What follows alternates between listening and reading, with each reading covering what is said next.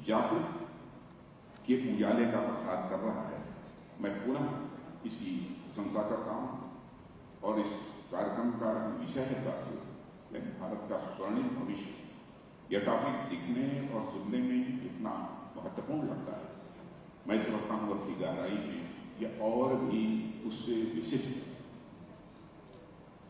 जैसे जैसे हम इस टॉपिक के भीतर जाते हैं हमें पता चलता है कि भारत का स्वर्णिम भविष्य सिर्फ भारत के लिए नहीं है बल्कि पूरी दुनिया का ध्यान आकर्षित करने के लिए इसमें जो मुद्दे हैं उन मुद्दों की भी मैं यहां पर चर्चा करूंगा। आज जो हमारा देश दुनिया का सबसे पॉपुलस नेशन बन चुका है, सबसे बड़ी जनसंख्या का ये हमारा देश बन चुका है, दुनिया की 1/6 पॉपुलेशन भारत में रहती है। ऐसे में भारत के स्वर्णिम भविष्य का अर्थ दुनिया का स्वर्णिम भविष्य है, ऐसा मैं मानता हूं। आपने दुनिया के बड़े प्लेटफॉर्म से कई वक्ताओं को, कई बुद्धिजीवियों को, यहां तक कि कई राष्ट्राध्यक्षों को भी यह कहते सुना होगा यदि 19वीं सदी इंग्लैंड की थी, 20वीं सदी यदि यूनाइटेड स्टेट ऑफ अमेरिका की थी, 21वीं सदी किसी की होने वाली है तो हमारे और आपके भारत की।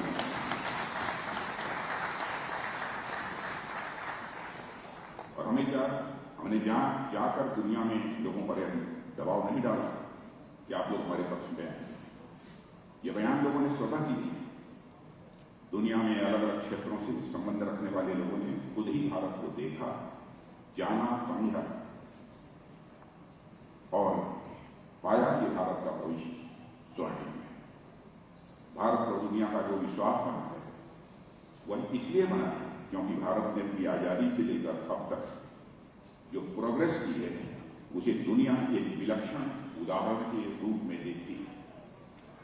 मैं आपके सामने भारत के स्वर्णिम भविष्य पर चर्चा करूंगा, लेकिन उससे पहले मैं आपसे इस बारे में चर्चा करना चाहूंगा कि आजादी के समय से लेकर आज तक भारत में जो विकास यात्रा रही है वह किस प्रकार से गतिमान रही है।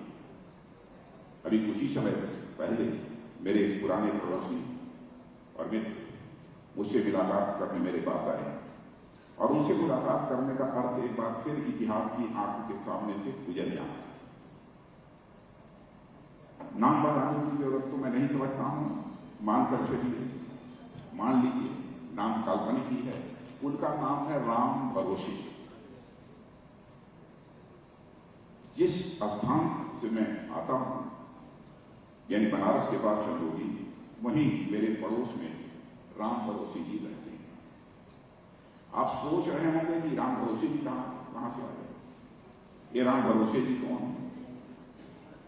आप अभी इनसे परिचित नहीं हैं, लेकिन जैसे जैसे मैं अपनी बात को आगे बढ़ाऊंगा वैसे वैसे आपको राम भरोसे जी के बारे में मालूम होता चला जाए। मैं स्वतंत्र भारत की यात्रा को राम भरोसे जी, उनके बेटे कमल और उनके ग्रैंड चिल्ड्रन आशा, किरण और अजय के जीवन वृत्तांत के माध्यम से आपके सामने प्रस्तुत करने की मैं कोशिश करूंगा।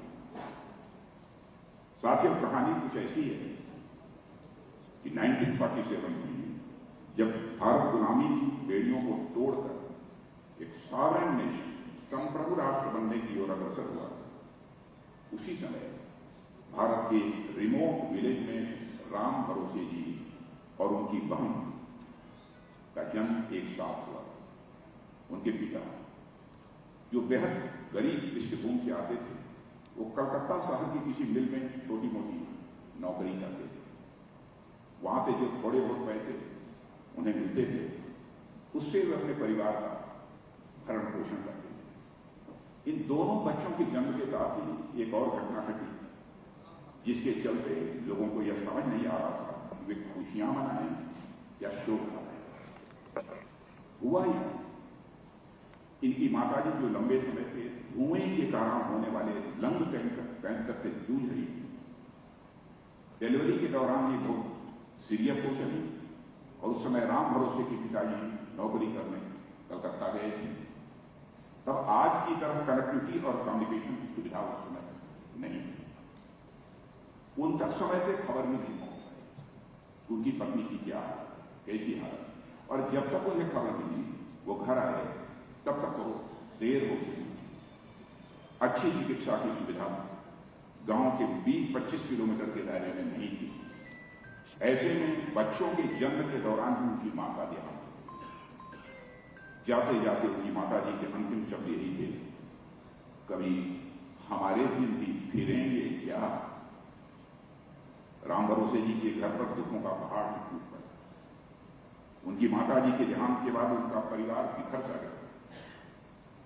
राम भरोसे का जन्म तो फिर भी सुकून देने वाला था, पर उनके साथ एक लड़की का जन्म बड़ा खटका था उस समय लोगों को। जब उनका जन्म हुआ, कौन करेगा धरेगा इस लड़की का परवरिश। गरीबी ऐसी, उसका पालन पोषण और आगे चलकर उसकी शादी हुआ। कुछ लोगों को तो उस लड़की का जन्म ही अभिशाप लगने लगा, जिसके जन्म के बाद इतनी बड़ी विपत्ति आई। आगे चलकर उसका नाम पत्ती रखा गया, जो वास्तव में विपत्ति का ही बदला हुआ था। लेकिन किसी तरह राम भरोसे के पिता ने राम भरोसे और उनकी बहन का पालन पोषण किया। उनके पिताजी ने उसके बाद गांव में ही खेती को अपनी आजीविका बना ली। जैसे तैसे राम भरोसे के जीवन की गाड़ी आगे बढ़ने लगी। उन्होंने तो थोड़ी बहुत काम चलाओ पढ़ाई की भी, पर पत्ती की किस्मत में यानी उनकी बहन की किस्मत में तो यह भी नहीं था। जैसी की मान्यता थी कि पढ़ लिखकर कौन सा लाट साहब बन जाएगी, पढ़ लिखकर कौन सी लाट साहब बन जाएगी, जैसी बहुत पुराने गरीबी के हालात जब थे उस दौर से परिवारों को गुजरना पड़ता था, उस समय की स्थिति सामान्यतः लड़कियों के बारे में लोग यही कहते थे। परदेश से रिटर्न पिताजी ने पत्ती की शिक्षा के बारे में सोचा भी, तो आसपास कहीं कोई स्कूल कॉलेज नहीं जहां उसे पढ़ने के लिए भेजा जा सके। इसलिए बस दिन भर चूल्हा चौका और गाय भैंस के लिए चारे पानी की व्यवस्था करना ही पत्ती की नियति बन गई।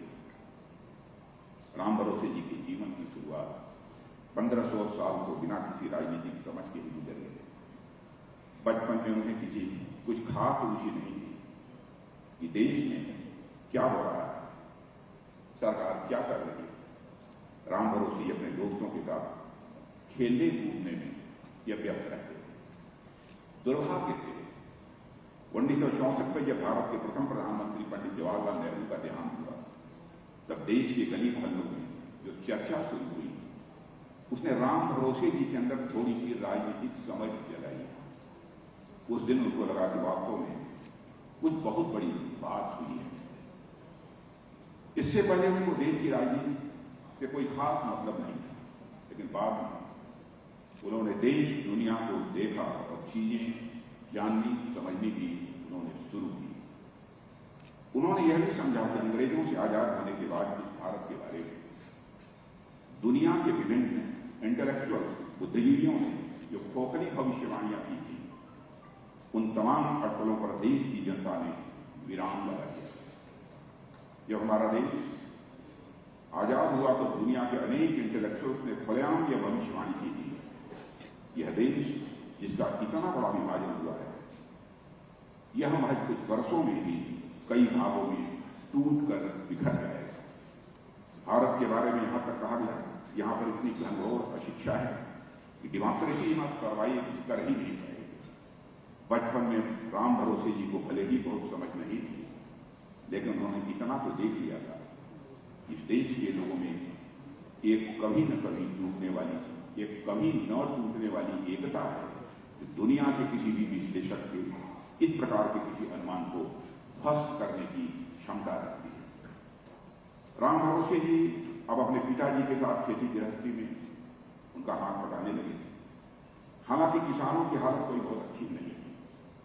उस समय किसानों के लिए फसलों की पैदावार भी उतनी ही अच्छी नहीं होती थी, लेकिन जैसे जैसे राम भरोसे और उनके पिताजी अपना जीवन यापन कर लेते थे, चूंकि पैदावार उतनी अच्छी नहीं होती थी और खेती के लिए गांव के महाजन से कर्ज लेना पड़ता था, उस कर्ज को चुकाने के लिए ब्याज इतना ज्यादा हुआ करता था कि मूलधन तो छोड़िए, वह ब्याज चुकाने में ही उनके पिताजी की अधिकांश इनकम चली जाती थी। ऐसे में राम भरोसे और उनके पिताजी दिन रात बस काम करने की मशीन बन चुके थे और उनका जीवन सूदखोरों का ब्याज भरने वाला बन चुका था।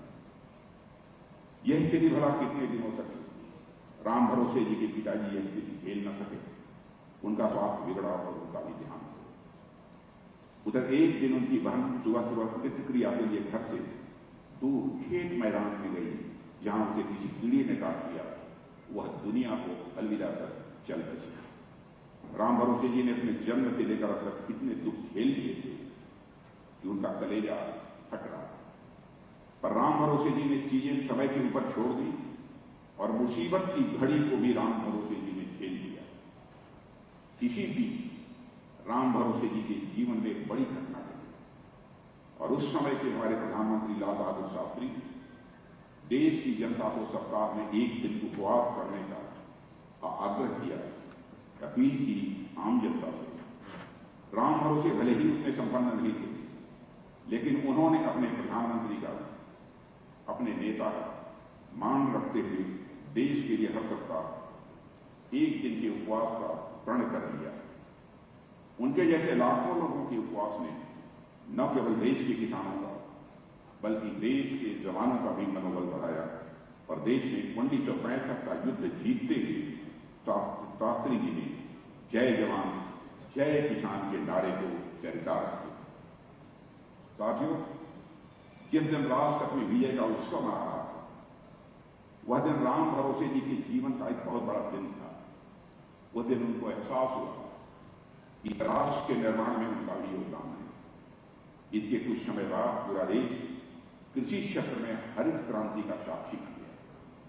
जो भारत अनाज के लिए कभी दूसरे देशों पर निर्भर हुआ करता था, हरित क्रांति के बाद वही भारत अनाज के मामलों में आत्मनिर्भर होने लगा। राम भरोसे जी के परिवार पर भी इस हरित क्रांति का प्रभाव पड़ा। उनकी फसलों की पैदावार अच्छी होने लगी, उनके परिवार की इनकम भी थोड़ी बहुत बढ़ी। इसी बीच उनका विवाह हुआ और कुछ समय बाद उन्हें एक पुत्र कमल भी पैदा हुआ। राम भरोसे जी का परिवार तो बढ़ ही रहा था, उधर देश भी अपनी विकास की गति को तेजी से बढ़ा रहा था। Education, medical, agriculture, industry, finance, science and technology यानी लगभग हर क्षेत्र में भारत ने आगे बढ़ना प्रारंभ किया। इसी बीच राम भरोसे जी के जीवन में एक और खुशी का क्षण आया, जब उन्हें जगह जगह रेडियो पर एक बार फिर भारतीय सेनाओं के शौर्य की चर्चा सुनने को मिली। जहां देखिए वहीं हमारी सेनाओं की चर्चा।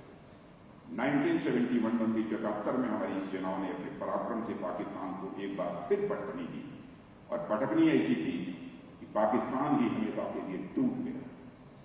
हालांकि राम भरोसे को ज्यादा मालूम तो था नहीं वेस्ट पाकिस्तान या ईस्ट पाकिस्तान होता क्या है, पर उन्हें इतना मालूम था कुछ तो ऐसा हुआ है जिसने हमारा सर गर्व से ऊंचा हुआ है। और सर गर्व से ऊंचा अनुभव करने की यह जो भावना है मित्रों, यही किसी भी समाज और राष्ट्र का प्राण होती है। राष्ट्र और समाज के प्रति स्वाभिमान की यह जो बलवती भावना होती है, मैं समझता हूं यही भावना किसी राष्ट्र को जिंदा रखती है और हमारे देशवासियों के भीतर कूट कूट कर यह राष्ट्रीय स्वाभिमान की भावना होती है। यदि यह राष्ट्रीय स्वाभिमान की भावना न होती, चंद्रशेखर आजाद, सरदार भगत सिंह, खुदीराम बोस, अशफाकुल्लाह खान हंसते हंसते या तो शादी के फंदे को न चुन लिया होता।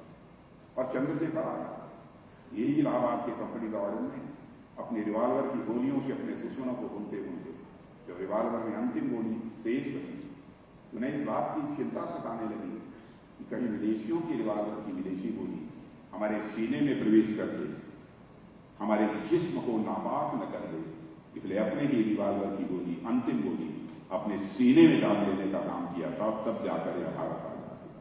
यह है राष्ट्रीय स्वाभिमान। अशफाकुल्लाह खान 31 साल की जवानी थी। मां कहती थी बेटा शादी कर लो, बहू ला, बूढ़ी हो गई, मेरी देखभाल करेगी, मेरी परवरिश करेगी। लेकिन अशफाकुल्लाह के दिल में आजादी हासिल करने की दीवानगी थी। मुस्करा कर मां के आदर को टाल देता था। लेकिन जब अंग्रेजों की हत्या करने के मामले में फांसी की सजा हो गई, फांसी के तख्त पर ले जाया गया, तो मजिस्ट्रेट ने पूछा, बोलो अशफाकुल्लाह, तुम्हारी अंतिम मुराद क्या है? अशफाकुल्लाह ने कहा, या कर मेरी मां तक यह संदेश पहुंचा दे कि तुम्हारा बेटा आज फांसी के तख्त पर खड़े होकर अपनी शादी रचाने जा रहा है, तुम्हारी मुराद पूरी करने जा रहा है। मजिस्ट्रेट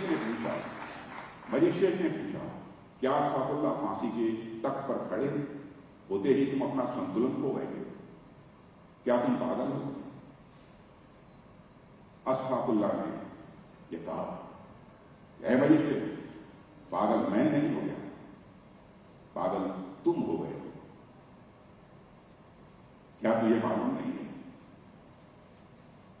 कि आज जिस फांसी तख्त को मैं चूमने जा रहा हूं, जिस फांसी को तख्त को मैं फांसी के फंदे को चूमने जा रहा हूं, यही तो हमारी महबूबा है जिसको आज मैं अपने गले से लगाने जा रहा हूं, अपनी मां के मुराद को पूरी करने जा रहा हूं। यह अशफाकुल्लाह ने कहा। यही राष्ट्रीय स्वाभिमान की भावना है जिसने भारत को आजादी दिलाई और भारत फिर से विश्व गुरु के पद पर आसीन हो सकता है। तो इसी राष्ट्रीय स्वाभिमान की भावना से ही भारत विश्व गुरु के पद पर पुनः आसीन हो सकता है। हालांकि इसके बाद उन्होंने ऐसा भी कुछ देखा, राम भरोसे की बात मैं कर रहा हूं, जिसके चलते देश को शर्मिंदगी का भी सामना करना पड़ा, और वह था देश में इमरजेंसी का भयानक। किस प्रकार का उत्पीड़न हुआ था उस समय, जो लोग उस समय के रहे होंगे, जिन्होंने यातना झेली होगी, उनको ज्यादा मालूम। 18 महीने तक 23-24 साल की उम्र में हम लोगों ने भी जेल किया, 2-2.5 महीने तक 23 साल की उम्र में तन्हाई झेली। ऐसे लाखों लोग ऐसे थे। लोकतंत्र का करार हो गया था। भारत में जगह जगह से लोकतंत्र को बचाने की आवाज उठ रही थी। उस समय राम भरोसे जी को लोकतंत्र की परिभाषा भी नहीं पता थी, लेकिन वह इतना तो अवश्य समझते थे कि ऐसी व्यवस्था जो इस देश में इस समय है, जहां जनता हर 5 साल पर कुछ लोगों को अपने ऊपर शासन करने के लिए नहीं, बल्कि अपनी सेवा करने के लिए चुनी। राम भरोसे जी यह देख पा रहे थे कि जिन लोगों को उन्होंने चुना है, वह इमरजेंसी के दौरान जो कर रहे हैं वह गलत कर रहे हैं। और यह वह समय था जब पहली बार राम भरोसे जी ने देश में तब के समय हो रही गतिविधियों के खिलाफ बोलना शुरू किया। हालांकि अनेक लोगों ने उन्हें उनकी आवाज को नीची रखने के लिए कहा, पर उन्हें कहीं भीतर भीतर यह अनुभव हो रहा था कि तीर पर कैसे रुकूं मैं, आज लहरों में निमंत्रण। राम भरोसे जी ने सोचा, जब आंदोलन रूपी समुद्र की लहरें उन्हें आमंत्रित कर रही हैं, वे किनारे बैठ कर आराम कैसे कर सकते हैं। और वे पूरे दमखम के साथ लोकतंत्र के आंदोलनकारी लहरों में राम भरोसे जी उतर पड़े। धीरे धीरे यह समय भी निकला और देश के लोकतंत्र की यात्रा का एक नया दौर, देश में लोकतंत्र की यात्रा का एक नया दौर देखा। इस बीच राम भरोसे जी ने भारत में कई प्रधानमंत्रियों का भी समय देखा। देश जब 21वीं सदी में प्रवेश करने से सिर्फ कुछ ही कदम दूर था, उस समय उन्होंने देश के बाजारों में कई नए नए प्रोडक्ट्स, उत्पाद देखे। उन्होंने बाजारों में अनेक कुछ ऐसे प्रोडक्ट्स देखे जिससे अब तक वह अनजान थे। इसके अलावा उन्होंने भारत में कई सारी नई नई कंपनियों का आगमन होते हुए देखा और उन्हें रेडियो और समाचार पत्रों के माध्यम से पता चला कि भारत में लिबरलाइजेशन, उदारीकरण, प्राइवेटाइजेशन और ग्लोबलाइजेशन रिफॉर्म हो चुके हैं। अब भारत का बाजार दुनिया के बाकी देशों के बाजार से जुड़ चुका है। अब भारत के सामान दुनिया में और दुनिया के सामान भारत में दिखेंगे। अब तक राम भरोसे जी की राजनीतिक रूप से इतने मैच्योर तो जरूर हो चुके थे कि वह इन सुधारों की अहमियत भी राम भरोसे जी समझने लगे थे। इसके कुछ समय बाद ही उन्होंने देखा कि देश किस प्रकार स्वर्णिम चतुर्भुज राजमार्ग के माध्यम से, आवागा अटल बिहारी वाजपेयी जी का स्वर्णिम चतुर्भुज राजमार्ग के माध्यम से उत्तर से दक्षिण और पूरब से पश्चिम तक आपस में जुड़ रहा है। और उस समय Atal Bihari Vajpayee ji surface transport ministry के जो कैबिनेट मिनिस्टर वह जिम्मेदारी मुझे भी दी थी। और संयोग से जब स्वर्णिम चतुर्भुज की संकल्पना हो रही थी, उस समय मिनिस्ट्री ऑफ सरफेस ट्रांसपोर्ट का कार्यभार मैं ही देख रहा था। कनेक्टिविटी के अभाव में राम भरोसे जी के पिताजी उनके जन्म के समय शहर से गांव तक पहुंच नहीं पाए, पर आज हाईवेज और रोडवेज जो होते हुए पूरा का पूरा गांव अपनी जरूरत के अनुसार शहर पहुंचने में सक्षम हुआ। राम भरोसे जी के जीवन में एक और गर्व का क्षण 1998 में आया। तब आया जब उन्हें यह पता चला कि भारत एक परमाणु शक्ति संपन्न भारत अब देश बन गया है और दुनिया का कोई भी देश जब भारत की तरफ आंख उठाकर देखने से पहले 100 बार सोचेगा। उन्होंने श्रद्धेय अटल बिहारी वाजपेयी के नेतृत्व में केंद्र में एक मजबूत सरकार को दी। 21वीं सदी में कदम रखते हुए उन्होंने भारत को जिस तरीके से चमकते देखा, उनका विश्वास दृढ़ हो गया कि आने वाले कुछ सालों में भारत बहुत तरक्की करने वाला है। इसी बीच उनका बेटा कमल बड़ा हुआ और शादी करके नौकरी करने के लिए दिल्ली आया। समय बदला, सरकार बदली, लेकिन जो चीज अपरिवर्तनीय थी वह थी भारत के विकास की गति। उन्होंने देश को यूएस के साथ सिविलियन न्यूक्लियर डील करते हुए भी देखा, मगर साथ ही राम भरोसे जी को धीरे धीरे यह भी रियलाइज हुआ कि देश चलाने के लिए जिन लोगों को उन्होंने चुना है वह किस प्रकार आकंठ भ्रष्टाचार में डूबे। भ्रष्टाचार की अनगणित कहानियां सुनी। देश की इस स्थिति से व्यथित राम भरोसे जी ने 60 से ज्यादा की उम्र होने के बावजूद भ्रष्टाचार विरोधी जेपी मूवमेंट प्रारंभ हुआ था। भ्रष्टाचार विरोधी कई आंदोलनों में अपनी भागीदारी भी निभाई थी। राष्ट्र कवि रामधारी सिंह दिनकर जी की एक पंक्ति है, सौभाग्य न सब दिन सोता है, सौभाग्य में सब दिन सोता है, देखें आगे क्या होता है। यानी मनुष्य का सौभाग्य हमेशा सोया नहीं रहता है। और आगे तो यह हुआ कि राम भरोसे जैसे करोड़ों लोगों के जीवन में वो खुशी का क्षण है जब 2014 में माननीय प्रधानमंत्री श्री नरेंद्र मोदी के नेतृत्व में देश में एक ऐसी सरकार आई जिस प्रकार की सरकार राम भरोसे जी लाना चाहती। 2014 में आई और सौभाग्य से उस समय भारतीय जनता पार्टी के राष्ट्रीय अध्यक्ष का दायित्व मैं ही निभा रहा था। और 2014 में आई इस सरकार में देश को एक आशा की किरण दिखाई दी। वहीं दूसरी ओर राम भरोसे के बेटे यानी कमल को भी परिवार में एक आशा और एक किरण दिखाई, यानी आशा किरण दो बेटियां और यह एक बेटा पैदा हुआ। उनके यहाँ एक एक करके 2 लड़कियों का जन्म हुआ, जिनमें से एक का नाम आशा और एक का नाम किरण हुआ। कुछ समय बाद इन बहनों का एक भाई अजय भी दुनिया में आया, यानी पैदा हुआ। आगे की कहानी में राम भरोसे जी के ग्रैंड चिल्ड्रन के माध्यम से आप लोगों को बताना चाहूंगा। साथियों, आशा और किरण लगभग 10 साल की होने को है। उनके जीवन की शुरुआती 10 वर्षों को देखकर राम भरोसे जी के अंदर एक सुकून का भाव आता है और उन्हें महसूस हो रहा है कि जो क्वालिटी ऑफ लाइफ उनके परिवार की पुरानी पीढ़ी की लड़कियों और महिलाओं को नहीं मिल पाई, उससे बेहतर जीवन इन दोनों बच्चियों को मिल रहा है। राम भरोसे जी यह देख पा रहे हैं कैसे जनधन योजना के माध्यम से उनके और उनके परिवार को देश के बैंकिंग सिस्टम से जोड़ दिया गया है। 40 करोड़ परिवार आज बैंकिंग सिस्टम से जुड़े हैं। जो कर्ज उन्हें पहले महाजन से लेना पड़ता था, वही कर्ज अब उन्हें बैंक देता है, वो भी बहुत मामूली ब्याज है। उन्होंने अपनी पत्नी को चूल्हे पर धुआं सहते हुए खाना बनाते हुए देखा है। अपनी मां को तो उन्होंने चूल्हे के धुएं के कारण बीमार हो जाने पर दुनिया में आने से पहले ही खो दिया। पर सरकार की योजनाओं से वो अपनी बहू को गैस सिलेंडर पर खाना बनाते आज वह देख रहे हैं। उन्हें यह अनुभव हो रहा है उनके घर की महिलाओं के दिन फिर रहे हैं। राम भरोसे जी यह देखकर फूले नहीं समाते कि जब उनका बचपन था तो उन्होंने देश के 565 रियासतों का एकीकरण देखा था, और आज जब उनकी पोतियों का ग्रैंड डॉटर्स का बचपन है, वो बच्चियां और उनके पौत्र ग्रैंडसन अजय धारा 370 की समाप्ति के बाद कश्मीर से कन्याकुमारी तक भारत को एक होते हुए राम भरोसे जी का हृदय यह देखकर प्रसन्नता से भर जाता है कि अपने आराध्य प्रभु श्री राम कि जिस मंदिर निर्माण का सपना वह देखा करते थे, वह सपना उनके ग्रैंड चिल्ड्रन अपनी आंखों से पूरा होते हुए प्रत्यक्ष देख पा रहे। इतना ही नहीं, चाहे वो महाकाल का मंदिर हो, सोमनाथ का, केदारनाथ, बद्रीनाथ, कहीं भी जाकर ये दृश्य देख सकते। भारत की जो सांस्कृतिक विरासत है उसके प्रति सरकार का क्या दृष्टिकोण है।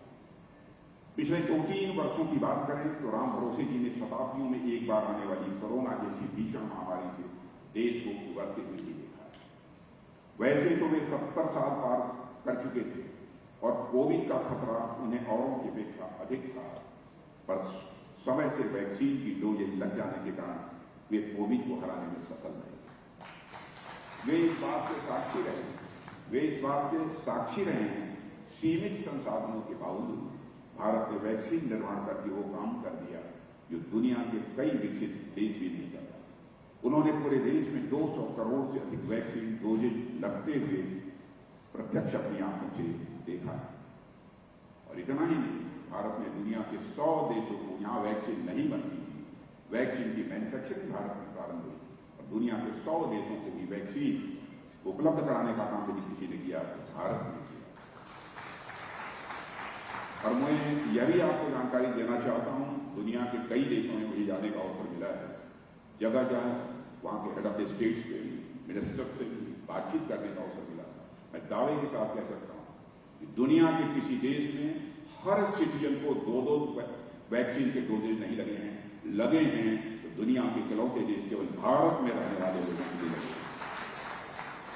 उन्होंने अपने जीवन यात्रा में यह भी महसूस किया कि कैसे एक समय जहां सरकारी योजनाओं के 100 पैसों में से उन तक सिर्फ 15 पैसे पहुंचते थे, वहीं विभिन्न कल्याणकारी योजनाओं के माध्यम से आज डायरेक्ट उनके बैंक अकाउंट में चैन के माध्यम से पूरे 100 के 100 पैसे पहुंचते हैं।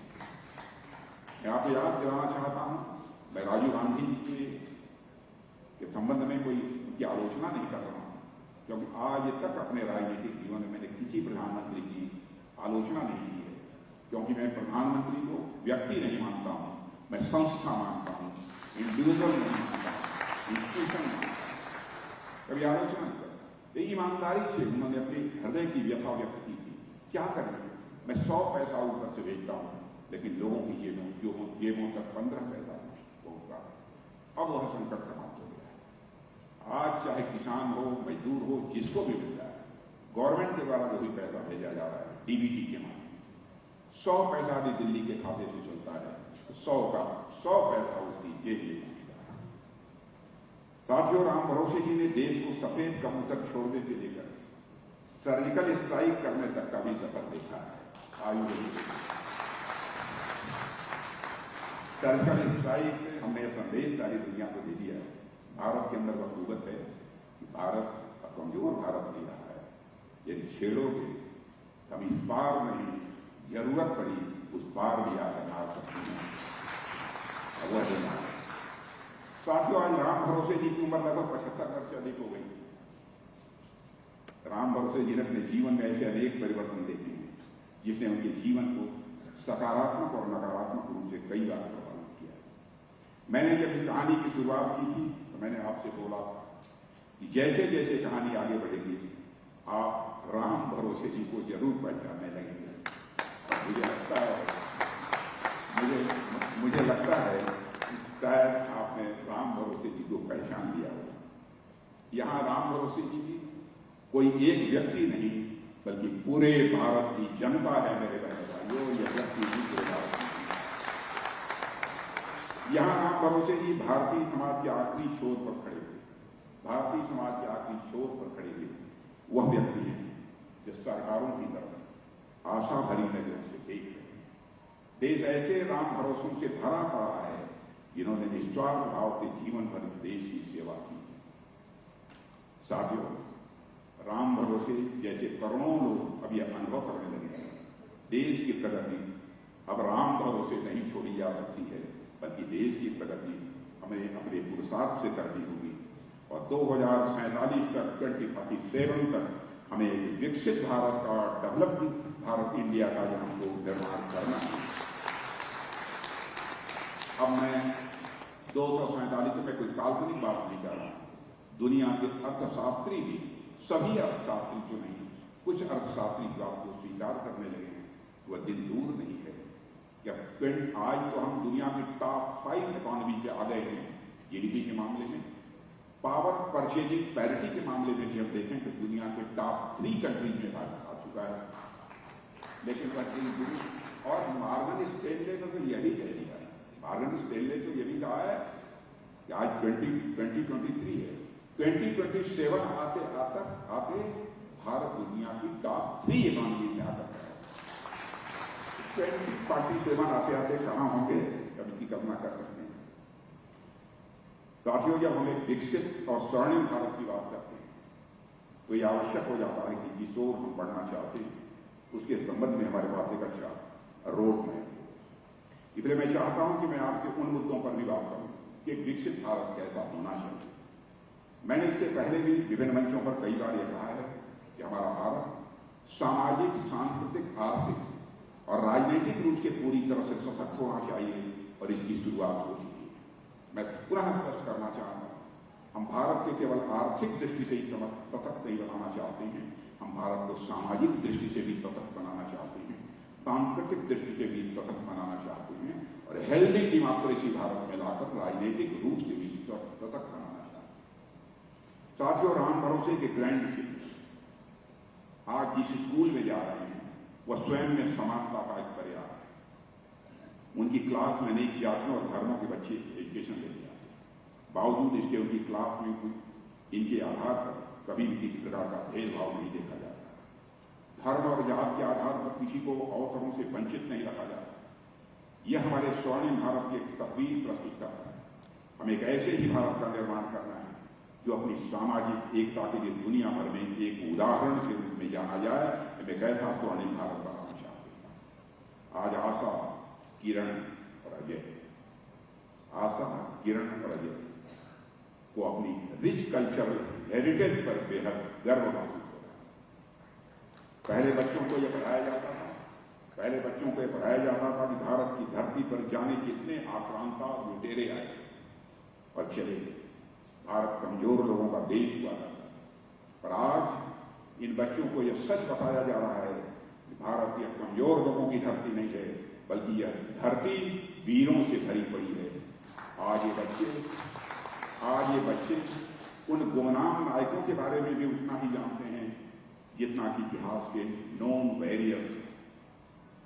ये बच्चे जितना महाराणा प्रताप और वीर शिवाजी को जानते हैं उतना ही लचित बोरफुकन को जानते हैं और भगवान बिरसा मुंडा को भी जानते हैं। ये बच्चे आज जितना रानी लक्ष्मीबाई को जानते हैं उतना ही नारसिंह रानी गाइडेंस को भी जानते हैं।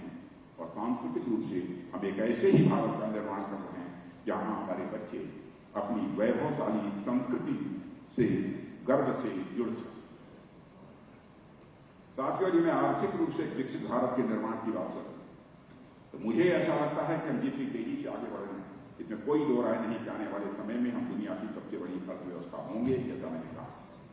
हालांकि परचेजिंग पावर पैरिटी की भी बात मैंने कही है कि आधार पर तो हम ऑलरेडी दुनिया की तीसरी सबसे बड़ी अर्थव्यवस्था इस समय है, लेकिन कई अर्थशास्त्री भारत की विकास की गति को देकर इस बात को समझ चुके हैं कि जब राम भरोसे की दोनों ग्रैंड डॉटर्स, दोनों पौत्रियां आशा और किरण 13 वर्ष की होंगी, तब तक यानी 2027 तक हम नॉमिनल जीडीपी के मामले में भी दुनिया की तीसरी सबसे बड़ी अर्थव्यवस्था बनेंगे। और सब ठीक रहा। आशा और किरण के 32-33 साल की उम्र होने तक यानी 2047 तक आते हम दुनिया की सबसे बड़ी अर्थव्यवस्था के रूप में सामने। अब आपने समझ लिया होगा राम भरोसे जी का नाम मैंने क्यों लिया। साथियों, जीडीपी को मैं सिर्फ एक आंकड़ा समझता हूं। निश्चित रूप से इस आंकड़े का बढ़ते जाना भारत के लिए एक अच्छी बात है, लेकिन एक विकसित भारत को हमें इससे कहीं ऊपर उठकर देखने की जरूरत है। मेरे अनुसार हमारे भारत का एक ऐसा स्वर्णिम भविष्य हो जो जीडीपी के मामले में तो दुनिया में सबसे आगे रहे ही, साथ ही हम अपनी परंपरा और संस्कृति से भी समुचित रूप से जुड़े हैं। आर्थिक रूप से हमारा देश एक ऐसा देश हो जहां कोई गरीब नहीं, जहां हमारे देश का हर परिवार अपनी मिनिमम जरूरतों को पूरा करने में सक्षम हुए। पहले राम भरोसे जी का परिवार कच्चे मकान में रहता था, लेकिन आज उनका परिवार प्रधानमंत्री आवास योजना के तहत शौचालय युक्त एक पक्के मकान में रह रहा है, जहां नल में जल भी आ रहा है। हर घर में नल और नल में जल। शौचालय के अभाव में किसी तरह उन्हें अपनी बहन को भी खो देना पड़ा। बहन बाहर गई थी और उसे कीड़े ने काटा था और उससे जो बीमारी पैदा हुई उससे मृत्यु उसकी हो गई थी। पर उन्हें इस बात की खुशी है कि सरकार के प्रयासों से उनकी आगामी पीढ़ियां अब बुनियादी सुविधाओं से संपन्न हैं। हमें अपने देश के आर्थिक विकास की रूपरेखा भी कुछ ऐसी ही बनानी है कि जिसमें हम समाज के हर व्यक्ति के उद्धार की दिशा में कार्य कर सकें। इसके अलावा हमें अपने विकसित भारत में महिलाओं के लिए वह अवसर उपलब्ध कराने होंगे जिसकी वे हकदार हैं। भारत ने उस दिशा में भी अपना प्रयास प्रारंभ कर दिया है, लेकिन हमें उन प्रयासों को और अधिक गति देने की जरूरत है। आज राम भरोसे अपनी ग्रैंड डॉटर की अच्छी पढ़ाई लिखाई देख रहे हैं, साइंस में उसका इंटरेस्ट देख रहे हैं, तो उन्हें यह भरोसा हो चला है उनकी बिटिया आने वाले समय में एक बड़ी डॉक्टर भी बन सकती है। आपने देखा होगा प्राइम मिनिस्टर का संकल्प है कि देश का एक जनपद नहीं बचेगा जहां पर की कोई मेडिकल कॉलेज है। आईएम्स की संख्या कितनी बढ़ गई है इसके बारे में भी आपको जानकारी है। मेडिकल में प्रवेश लेने वाले बच्चों में 2.5 गुना की वृद्धि हुई। उन्होंने पहले से योजना बना रखी है, इलाज की जिस सुविधा के अभाव में उनकी मां उनकी जन्म के समय ही दुनिया छोड़ गई, वह सुविधा वह अपने गांव मोहल्ले तक उपलब्ध कराएंगे। उनका यह सपना सच हो, इसके लिए सरकार ने एक आयुष्मान भारत योजना जो चला ही रखी है। 5 लाख रुपए तक का इलाज, पूरा इंश्योरेंस इसका मुफ्त इलाज। साथ ही देश भर में मेडिकल सीट्स में लगातार बढ़ोतरी भी कर रही है, जिससे आने वाले समय में नई आशाओं की डॉक्टर बनने की आशा पूरी हो सके। इसी तरह जब उसकी बहन किरण से यह पूछा जाता है वो क्या करना चाहती है, वह छोटी सी बच्ची अपनी समझ के अनुसार यही बोलती है, मुझे सिपाही बनना है। किरण सैनिक स्कूल में जाना चाहती है, तो सरकार देश भर में सैनिक स्कूल की संख्या बढ़ा रही है। साथ ही सैनिक स्कूल के द्वार अब लड़कियों के लिए भी खोल दिए गए हैं, पहले नहीं खोले थे, खोल दिए गए। ताकि इसलिए खोल दिए गए ताकि हमारी किरणों के सपने पूरे हो सके, ताकि हमारी आशा के सपने पूरे हो सके, किरणों के सपने पूरे हो सके। आज सेना में महिलाओं की भागीदारी लगातार बढ़ रही है। सियाचिन की हाइट से लेकर इंडियन ओशन के डेप्थ तक हमारी नारी शक्ति भारत की सुरक्षा में अपना योगदान दे रही है। अभी हाल में ही पोस्टिंग हुई है। जिस तरह से महिलाओं की भागीदारी बढ़ रही है, इस रिश्ते में कोई आश्चर्य नहीं कि भविष्य में किरण देश के आर्मी, नेवी और एयर चीफ के रूप में सामने आए। इस संभावना को भी लगा रखा। मेरा यह मानना है कि भारत की आभा महिलाओं की सफलता की क्रांति से ही स्वर्णिम हो सकती है। जहां इस देश की महिलाओं को यह आभास हो, वो भी विधायिका, कार्यपालिका और न्यायपालिका, यहां तक कि सेना में भी सर्वोच्च पदों पर पहुंच सकती है। हमारा विकसित भारत महिलाओं के लिए पूरी तरह से सुरक्षित और उन्हें प्रचुर मात्रा में अवसर देने वाला होना चाहिए। हम यह मानकर चल रहे हैं कि आने वाले समय में कभी कोई बेटी समाज और परिवार के लिए अभिशाप बनकर पैदा नहीं होगी। किसी बच्ची के नाम अगर पत्ती रखा जाएगा तो वह विपत्ति का नहीं, संपत्ति का पर्याय होगा, समाज के लिए एसेट का पर्याय होगा। देश का रक्षा मंत्री होने के नाते अगर मैं सैन्य दृष्टिकोण से भारत के स्वर्णिम भविष्य का रोड में आपके सामने रखूं, तो मैं यही कहना चाहूंगा कि हमारे पास एक ऐसा भारत होना चाहिए जो रक्षा क्षेत्र में पूरी तरह से आत्मनिर्भर हो। आज मैं बताना चाहता हूं, भारत यह हैसियत बन गई है, इस समय हम लोग 1 लाख करोड़ से ज्यादा का अपने यहां डिफेंस प्रोडक्शन कर रहे हैं, भारत में कर रहे हैं, भारतीय के हाथ से कर रहे हैं। एक ऐसा विकसित भारत जिसके पास डिफेंस रिलेटेड अत्याधुनिक टेक्नोलॉजी, आशा और लगभग 10,000 हमारे यहाँ स्टार्टअप्स और आइडियल्स में हमारे नौजवान काम कर रहे हैं। तो कल तो स्टार्टअप्स का नंबर यहाँ का अप्रॉक्सिमेटली 1 लाख के आसपास पहुंचा है। आशा और किरण के भाई अजय से जब उसके जीवन के सपने के बारे में पूछा जाता है तो बच्चा डिफेंस साइंटिस्ट बनकर देश की सेवा करना चाहता है। हमें अजय के सपने को भी ध्यान में रखना है। निश्चित रूप से हमने उस दिशा में प्रयास किया है हमने IIT, NITs की भी स्थापना की है तथा इनमें सीटों की संख्या भी हम लोगों ने बढ़ाई है। अब सबको मालूम होगा कि IITs की संख्या भी देश में काफी बढ़ी है। इसके अलावा हमने डिफेंस सेक्टर में IDEF और EDF जैसे इनिशिएटिव से इनोवेटिव आइडियाज को टेक्नोलॉजी डेवलपमेंट फंड बोलते हैं TDF को, ऐसे इनिशिएटिव हम लोगों ने लिए हैं। 1.5 करोड़, 5 करोड़, 10 करोड़, 10 करोड़ तक मैक्सिमम हम उपलब्ध करा रहे हैं। और हमारे इन प्रयासों से आज भारत आर्म्स इंपोर्टर्स में से एक लीडिंग आर्म्स एक्सपोर्टर बन गया है। अब तक हम दुनिया के दूसरे देशों से हम बराबर इंपोर्ट करते थे, लेकिन अब हमारा भारत एक्सपोर्टर बन रहा है। दुनिया के 25 देशों में हमारा भारत दिया गया। नहीं तो पहले तो सबसे बड़े इंपोर्टर हम ही थे, नहीं आयात करते। हमने यह प्रयास इसलिए किया ताकि भविष्य में अजय डिफेंस साइंटिस्ट बनना चाहता है, उसे महसूस हो उसकी प्रतिभा और उद्यम का फल भारतीय सेना को मिल रहा है। अजय जैसे बच्चों के पौरुष से ही हमें एक ऐसे भारत बनाना है जिसकी ओर आंख उठाकर देखने की हिम्मत भी उसके शत्रुओं में है। एक ऐसा भविष्य जिसमें भारत क्षेत्रीय ही नहीं बल्कि वैश्विक शांति का अग्रदूत बनकर हुए।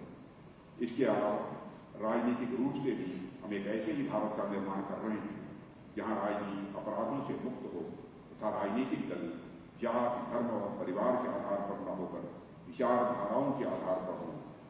एक ऐसा भारत जहां आशा, किरण या अजय का कोई दोस्त बिना किसी राजनीतिक पृष्ठभूमि के भी राजनीति की जमीन पर अपने पांव रख सके और अपने आप को मजबूती से खड़ा कर सके। जहां उन्हें सिर्फ इसलिए राजनीतिक अवसरों से वंचित न रखा जाए क्योंकि वह किसी विशेष परिवार या कुल से नहीं आते। हमें राजनीतिक रूप से एक ऐसे सशक्त भारत का निर्माण करना है जहां हमारे नेता जनता की सेवा को ही अपना धर्म समझें, जहां सत्ता सुख के लिए नहीं बल्कि सत्ता सेवा के लिए हासिल की है। प्रधानमंत्री के बारे में भी, मोदी जी के बारे में भी आप जानते हैं, वो बड़े परिवार से नहीं है। इनके पिता भी टीवी स्टेशन पर चाय बेचा करते थे, बगल में दुकान थी। साथियों में एक ऐसे ही विकसित भारत बनाना है जो आशा, किरण और अजय की आकांक्षाओं का प्रतिबिंब हो, जहां राम भरोसे जी को भी इस बात का सुकून हो कि उनके पोते और पोतियों का भविष्य भारत के भविष्य की तरह ही पुरानी है। हमें एक ऐसे ही भारत का निर्माण करना है जहां का समाज भविष्य में और भी ज्यादा अटूट होने वाला है, उस समाज में और भी ज्यादा एकता आने वाली है, जहां देश की आर्थिक और राजनीतिक दृष्टिकोण से तो सशक्त हो ही, साथ ही हम एक राष्ट्र के रूप में इतने शक्तिशाली भी हों कि हम दुनिया में कहीं भी हो रहे अन्याय के विरुद्ध खड़े हो। मुझे कहते हुए खुशी होती है कि माननीय प्रधानमंत्री श्री नरेंद्र मोदी के नेतृत्व में हमारा देश इस दिशा में तेजी से आगे बढ़ रहा है। साथियों, अभी कुछ ही दिन पहले अमर उजाला में राम भरोसे जी ने यह पढ़ा कि अमेरिकी राष्ट्रपति जो बाइडेन ने मोदी जी से ऑटोग्राफ मांगा है। राम भरोसे जी ने अमर उजाला में कहा कि अमेरिकी राष्ट्रपति जो बाइडेन ने मोदी से ऑटोग्राफ मांगा है, तो राम भरोसे जी को ऑटोग्राफ का मतलब भी नहीं पता। उन्होंने अपनी पौत्री आशा से इसका तो आशा ने कहा कि ऑटोग्राफ वह इंसान देता है जिसने जीवन में कुछ अविस्मरणीय हासिल किया। यह सुनकर राम भरोसे जी को अपने प्रधानमंत्री और अपने देश पर गर्व हुआ। राम भरोसे जी का सीना चौड़ा। वो सोचने लगे कि वास्तव में इस दुनिया में कितनी तेजी से भारत की धाक पड़ी है, और सिर्फ माननीय प्रधानमंत्री ही नहीं बल्कि उनके नेतृत्व में पूरा देश अविस्मरणीय उपलब्धियां हासिल कर रहा है। इसी तरह राम भरोसे जी ने यह भी देखा कि पापुआ न्यू गिनी के प्रधानमंत्री, हमारे प्रधानमंत्री नरेंद्र मोदी जी के जब पैर छुए तो भारत के प्रति दुनिया के झुकाव को देखकर, भारतीय संस्कृति के इस प्रसार को देखकर, केवल वही देखकर नहीं पैर छुए, भारतीय संस्कृति के प्रसार को देखकर उनका हृदय प्रसन्नता से भर गया। राम भरोसे जी जानते हैं, पापुआ न्यू गिनी के प्राइम मिनिस्टर ने सिर्फ मोदी जी के पैर नहीं छुए बल्कि उन्होंने इसके माध्यम से भारत की समस्त जनता का आभार व्यक्त किया कि किस प्रकार भारत मुसीबत के समय पापुआ न्यू गिनी के साथ खड़ा रहा। राम प्रसाद जी इस बात का भी अर्थ समझते हैं कि अगर ऑस्ट्रेलिया के पीएम भारत के प्रधानमंत्री को बास कर रहे हैं तो सिर्फ मोदी जी को ही नहीं बल्कि पूरे भारत का सम्मान। आने वाले समय में हमारे देश का यह सम्मान बढ़े यह सुनिश्चित करना यह हम सबकी जिम्मेदारी है। अमर उजाला के इस महत्वपूर्ण मंच से मैं अपना विश्वास प्रकट करता हूँ कि इस देश का युवा, इस देश की सरकार और इस देश का हर एक संस्थान आपके सपनों को पूरा करने के लिए जी तो मेहनत करने वाला है और यह देश 21वीं सदी में आए हुए इस अवसर को बनाएगा। और मुझे पूरा विश्वास है कि सिर्फ 21वीं सदी ही नहीं बल्कि आने वाली सदियां भी भारत की होने वाली है। इस अवसर पर और अधिक कुछ न कहते हुए एक संदेश के साथ अपनी बात को यहाँ समाप्त करना चाहूंगा। वह संदेश है, मिले सुर मेरा तुम्हारा तो सुर बने हमारा। भारत का भविष्य स्वर्ण करने के लिए, बनाने के लिए किसी एक के नहीं बल्कि सभी के प्रयासों की समान आवश्यकता होगी। हम अपने स्वर्णिम अतीत पर हम सभी को बड़ा गर्व है और जैसा कि विलियम फॉक्नर का प्रसिद्ध कथन है, बहुत आपने सुना होगा, the past is never dead, the past is never dead, it is not even past. इसका मतलब ये होता है यानी अतीत कभी खत्म नहीं होता, अतीत कभी खत्म नहीं होता है, यहाँ तक कि वह कभी अतीत भी नहीं होता है और वह कभी बीतता भी नहीं, वह किसी न किसी रूप में हमारे साथ जुड़ा रहा। ऐसे में हम अपने स्वर्णिम अतीत को अपने भविष्य से जोड़ने का प्रयास करें। हमारा देश इस प्रयास में पूरी मजबूती के साथ और आगे भी टिका रहेगा, ऐसा मेरा पक्का विश्वास है। एक बार अन्य भी बहुत सारी चीजें हैं जो कि आपके सामने रखी जा सकती हैं, लेकिन मैं जानता हूं समय ज्यादा लग गया था, इसलिए यहीं पर इससे ज्यादा कुछ न कहते हुए मैं अमर उजाला जिस प्रकार की भूमिका इस समय निभा रहा है, समाज में जागरूकता पैदा करने की कोशिश कर रहा है और समाचारों की जो निष्पक्षता को कायम रखने में कामयाब रहा है, इसके लिए मैं पुनः अमर उजाला पूरे परिवार को मैं अपनी तरफ से हार्दिक बधाई देता हूं और आप सभी को धन्यवाद देते हुए